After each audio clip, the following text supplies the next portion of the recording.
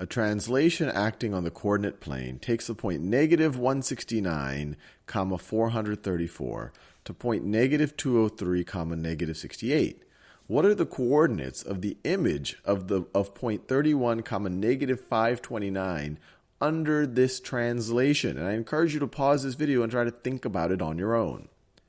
So let's think about what the change in x that this translation does and the change in y that this translation does. So our change in x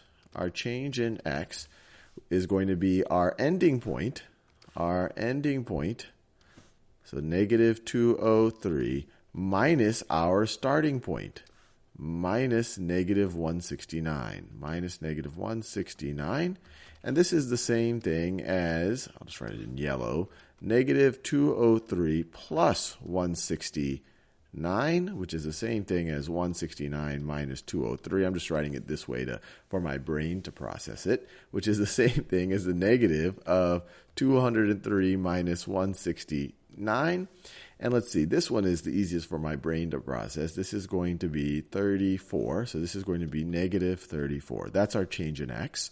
Now let's think about our change in y. Our change in y is our ending point is negative 68, and our starting point is 434. So our ending point minus our starting point, minus 434, is going to be equal to, so this is just going to be the same thing as the negative of 68 plus 434. And let's see, 430 plus 60 is 490, plus another 8 plus 4, plus another 12. So that's going to get us to 502. So this is going to be negative 502. So this translation, what it does is, it shifts us in the x direction by negative 34, and it shifts us in the y direction by negative 502.